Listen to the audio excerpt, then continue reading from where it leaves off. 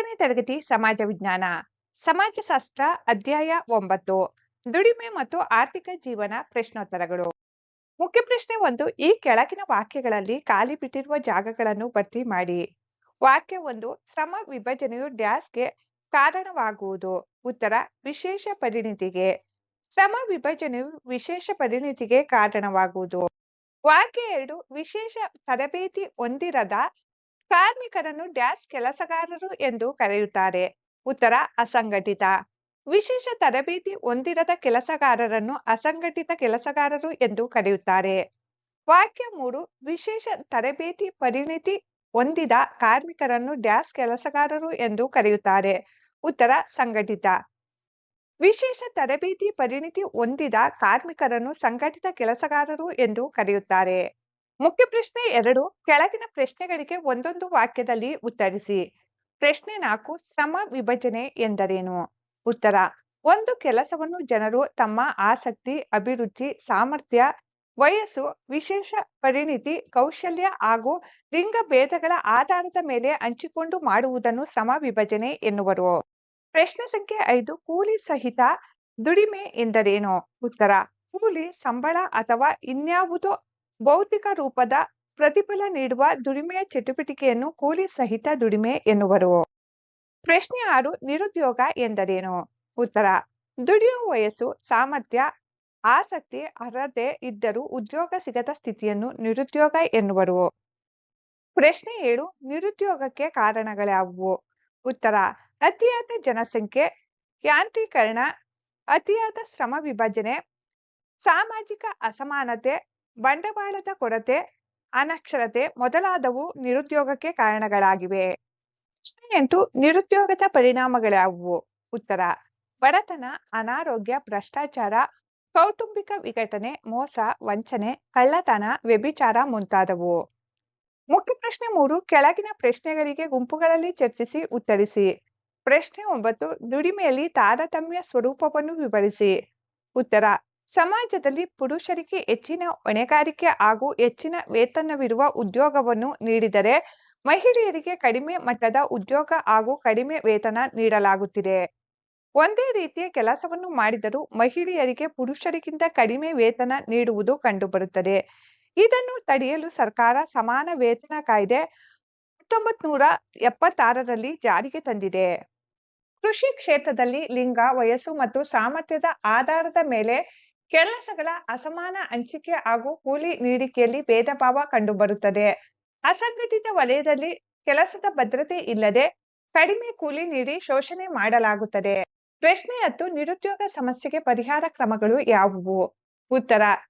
ದೇಶದ ಜನಸಂಖ್ಯೆ ಬೆಳವಣಿಗೆಯನ್ನು ನಿಯಂತ್ರಿಸುವುದು, ಗ್ರಾಮೀಣ ಭಾಗದಲ್ಲಿ ಸಣ್ಣ ಮಟ್ಟದ ಉದ್ಯೋಗಗಳನ್ನು ಸೃಷ್ಟಿಸುವುದು, ಯುವಕರಿಗೆ ಕೌಶಲ್ಯಾಧಾರಿತ ಮತ್ತು ವೃತ್ತಿಪರ ತರಬೇತಿ ನೀಡುವುದು, ಕೃಷಿ ಆಧುನೀಕರಣ ಹಾಗೂ ಕೈಗಾರಿಕಾ ವಲಯದ ವಿಸ್ತರಣೆ, ಮಾಹಿತಿ ತಂತ್ರಜ್ಞಾನ ಮತ್ತು ಸೇವಾ ವಲಯದಲ್ಲಿ ಹೆಚ್ಚಿನ ಉದ್ಯೋಗಾವಕಾಶಗಳನ್ನು ಸೃಷ್ಟಿಸುವುದು, ಉದ್ಯೋಗ ಖಾತರಿ ಯೋಜನೆಗಳ ಪ್ರೋತ್ಸಾಹ ಇತ್ಯಾದಿ.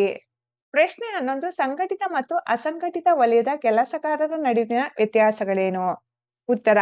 ಸಂಘಟಿತ ವಲಯದ ಕೆಲಸಗಾರರು ನಿರ್ದಿಷ್ಟ ಕಾಯ್ದೆ, ಕಾನೂನು ಮತ್ತು ನಿಯಮಗಳಿಗೆ ಬದ್ಧವಾಗಿ ಕೆಲಸ ಮಾಡುತ್ತಾರೆ. ಅಸಂಘಟಿತ ವಲಯದ ಕೆಲಸಗಾರರು ಯಾವುದೇ ನಿರ್ದಿಷ್ಟ ಕಾಯ್ದೆ, ಕಾನೂನು ಮತ್ತು ಸರ್ಕಾರದ ನಿಯಂತ್ರಣ ಇರುವುದಿಲ್ಲ. ಸಂಘಟಿತ ವಲಯದ ಕೆಲಸಗಾರರಿಗೆ ನಿಗದಿತ ವೇತನ, ರಜಾ, ಭತ್ಯೆ, ಪಿಂಚಣಿ, ಉದ್ಯೋಗ ಭವಿಷ್ಯ ನಿಧಿ ಇರುತ್ತದೆ. ಅಸಂಘಟಿತ ವಲಯದ ಕೆಲಸಗಾರರಿಗೆ ಕಡಿಮೆ ದಿನಕೂಲಿ, ಯಾವುದೇ ನಿಗದಿತ ಭತ್ಯೆ ಅಥವಾ ಪಿಂಚಣಿ ಸೌಲಭ್ಯ ಇರುವುದಿಲ್ಲ.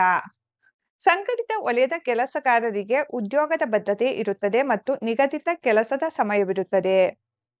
ಅಸಂಘಟಿತ ವಲಯದ ಕೆಲಸಗಾರರಿಗೆ ಉದ್ಯೋಗದ ಬದ್ಧತೆ ಇರುವುದಿಲ್ಲ, ಯಾವಾಗ ಬೇಕಾದರೂ ಕೆಲಸದಿಂದ ತೆಗೆಯಬಹುದು. ಸಂಘಟಿತ ವಲಯದ ಕೆಲಸಗಾರರಿಗೆ ವೈದ್ಯಕೀಯ ಸೌಲಭ್ಯ, ವೇತನ ಸಹಿತ ರಜೆ ಲಭ್ಯವಿರುತ್ತದೆ. ಅಸಂಘಟಿತ ವಲಯದ ಕೆಲಸಗಾರರಿಗೆ ಯಾವುದೇ ವೈದ್ಯಕೀಯ ಸೌಲಭ್ಯ ಅಥವಾ ರಜೆ ಸೌಲಭ್ಯಗಳಿರುವುದಿಲ್ಲ. ಸಂಘಟಿತ ವಲಯದ ಕೆಲಸಗಾರರು ಸರ್ಕಾರಿ ನೌಕರರು, ಬ್ಯಾಂಕ್ ನೌಕರರು, ಶಾಲಾ ಶಿಕ್ಷಕರು, ಸೇನಾ ಸಿಬ್ಬಂದಿ ಇತ್ಯಾದಿ. ಅಸಂಘಟಿತ ವಲಯದ ಕೆಲಸಗಾರರು ಕೃಷಿ ಕಾರ್ಮಿಕರು, ಗೃಹ ನಿರ್ಮಾಣ ಕೂಲಿಗಳು, ಬೀದಿ ಬದಿ ವ್ಯಾಪಾರಿಗಳು, ಮನೆಗೆಲಸದವರು. ಮುಖ್ಯ ಪ್ರಶ್ನೆ 4 ಚಟುವಟಿಕೆ 1. ನೀವು ವಾಸವಿರುವ ಪರಿಸರದಲ್ಲಿನ ಸಂಘಟಿತ ಮತ್ತು ಅಸಂಘಟಿತ ವಲಯಗಳ ಕೆಲಸಗಾರರ ಹೆಸರುಗಳನ್ನು ಪಟ್ಟಿ ಮಾಡಿ. ಸಂಘಟಿತ ವಲಯದ ಕೆಲಸಗಾರರು ಸರ್ಕಾರಿ ಖಾಸಗಿ ಶಾಲೆಯ ಶಿಕ್ಷಕರು, ಬ್ಯಾಂಕ್ನ ನೌಕರರು, ಮ್ಯಾನೇಜರ್ಗಳು, ಸರ್ಕಾರಿ ಆಸ್ಪತ್ರೆಯ ವೈದ್ಯರು ಮತ್ತು ನರ್ಸ್ಗಳು. ಅಸಂಘಟಿತ ವಲಯದ ಕೆಲಸಗಾರರು ಕೃಷಿ ಕಾರ್ಮಿಕರು, ಕೂಲಿ ಮಾಡುವವರು, ಬೀದಿ ಬದಿ ತರಕಾರಿ ಹಣ್ಣು ಮಾರಾಟಗಾರರು, ಗೃಹ ನಿರ್ಮಾಣ ಕೂಲಿ ಆಳುಗಳು. ಸಂಘಟಿತ ವಲಯದ ಕೆಲಸಗಾರರು ಪೊಲೀಸ್ ಸಿಬ್ಬಂದಿ ಮತ್ತು ಸೇವಾ ಯೋಧರು, ನೋಂದಾಯಿತ ಕಾರ್ಖಾನೆಯ ಇಂಜಿನಿಯರ್ಸ್, ಪೋಸ್ಟ್ ಆಫೀಸಿನ ಪೋಸ್ಟ್ ಮ್ಯಾನ್, ಜೀವ ವಿಮಾ ಸಂಸ್ಥೆಯ ಸಿಬ್ಬಂದಿ. ಅಸಂಘಟಿತ ವಲಯದ ಕೆಲಸಗಾರರು ಮನೆ ಕೆಲಸ ಮಾಡುವವರು, ಆಟೋ ಟ್ಯಾಕ್ಸಿ ಚಾಲಕರು, ಮೆಕ್ಯಾನಿಕ್ಸ್ ಮತ್ತು ಪಂಚರ್ ಹಾಕುವವರು, ದರ್ಜಿಗಳು ಮತ್ತು ಕ್ಷೌರಿಕರು. ಮುಖ್ಯ ಪ್ರಶ್ನೆ 5 ಯೋಜನೆ 1. ನಿಮ್ಮ ಪ್ರದೇಶದಲ್ಲಿರುವ ಅಸಂಘಟಿತ ವಲಯದ ಕಾರ್ಮಿಕನನ್ನು ಸಂದರ್ಶನ ಮಾಡಿ. ಅವರ ಸಮಸ್ಯೆಗಳ ಬಗ್ಗೆ ವರದಿ ಸಿದ್ಧಪಡಿಸಿ. ನಮ್ಮ ಬಡಾವಣೆಯಲ್ಲಿ ಗೃಹ ನಿರ್ಮಾಣ ಕೆಲಸ ಮಾಡುವ ಒಬ್ಬ ಅಸಂಘಟಿತ ಕಾರ್ಮಿಕನನ್ನು ಭೇಟಿ ಮಾಡಿ ಈ ಕೆಳಗಿನ ಸಂದರ್ಶನ ನಡೆಸಲಾಯಿತು. ಸಂದರ್ಶನದ ಮುಖ್ಯಾಂಶಗಳು. ಕೆಲಸದ ಸಮಯ ದಿನಕ್ಕೆ 9 ರಿಂದ 10 ಗಂಟೆಗಳ ಕಾಲ ಕಠಿಣ ದೈಹಿಕ ಶ್ರಮ ವಹಿಸುತ್ತಾರೆ. ಆದಾಯ ಅಥವಾ ಕೂಲಿ ದಿನಕ್ಕೆ 600 ರಿಂದ 700 ರೂಪಾಯಿ ಕೂಲಿ ಸಿಗುತ್ತದೆ. ಕೆಲಸ ಇಲ್ಲದ ದಿನಗಳಲ್ಲಿ ಯಾವುದೇ ಆದಾಯವಿರುವುದಿಲ್ಲ. ಸೌಲಭ್ಯಗಳು. ಉಚಿತ ವೈದ್ಯಕೀಯ ಸೌಲಭ್ಯ, ರಜಾ ಭತ್ಯೆ, ವಿಮಾ ಅಥವಾ ಪಿಂಚಣಿ ಸೌಲಭ್ಯಗಳು ಲಭ್ಯವಿಲ್ಲ. ಅಸಂಘಟಿತ ಕಾರ್ಮಿಕರು ಎದುರಿಸುತ್ತಿರುವ ಪ್ರಮುಖ ಸಮಸ್ಯೆಗಳು. ನಿರಂತರವಾಗಿ ಕೆಲಸ ಸಿಗುವುದಿಲ್ಲ. ಯಾವಾಗ ಬೇಕಾದರೂ ಕೆಲಸದಿಂದ ತೆಗೆಯಬಹುದು. ಮಾಡುವ ಶ್ರಮಕ್ಕೆ ತಕ್ಕ ನ್ಯಾಯಯುತ ಕೂಲಿ ಸಿಗುವುದಿಲ್ಲ. ಪಿಂಚಣಿ, ಉಚಿತ ವೈದ್ಯಕೀಯ ಮತ್ತು ಅಪಘಾತ ಪರಿಹಾರ ಸೌಲಭ್ಯಗಳಿಲ್ಲ. ಬಿಸಿಲು, ಧೂಳು ಮತ್ತು ಅಪಾಯಕಾರಿ ವಾತಾವರಣದಲ್ಲಿ ದುಡಿಯುವುದರಿಂದ ಬೇಗ ಅನಾರೋಗ್ಯಕ್ಕೆ ತುತ್ತಾಗುತ್ತಾರೆ. ದೇಶದ ವಿಕಾಸಕ್ಕೆ ಅಸಂಘಟಿತ ಕಾರ್ಮಿಕರ ಶ್ರಮ ಅಪಾರ. ಇವರ ಬದುಕಿಗೆ ಸೂಕ್ತ ಸಾಮಾಜಿಕ ಮತ್ತು ಆರ್ಥಿಕ ಭದ್ರತೆ ನೀಡುವುದು ಸರ್ಕಾರದ ಕರ್ತವ್ಯವಾಗಿದೆ.